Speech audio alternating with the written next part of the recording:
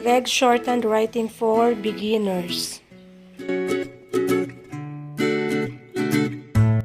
Lesson for today is sounds beginning of ye and ya. So the rules of GREGG Shorthand: ye is represented by the E circle, ya for a circle. Okay, let's proceed to the example. Okay, so the principle of ye and then ya. Example for ye, year is written as E and R. Yet, E, T. Yellow,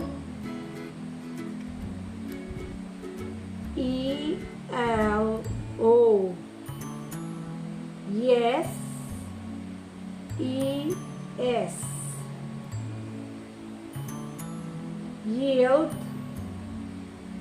E, L, D. Yielded,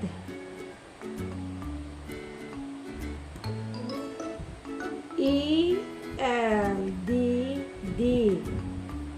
Next, principle for sound of ya. Yard,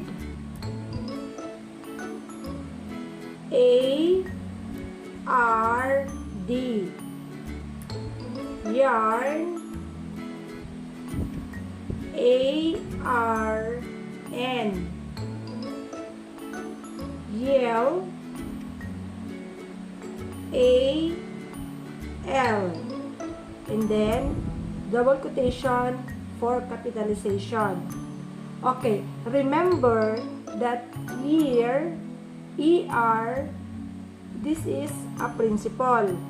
But then in brief forms, ER is represented, or it is were. Okay, so same stroke with the year.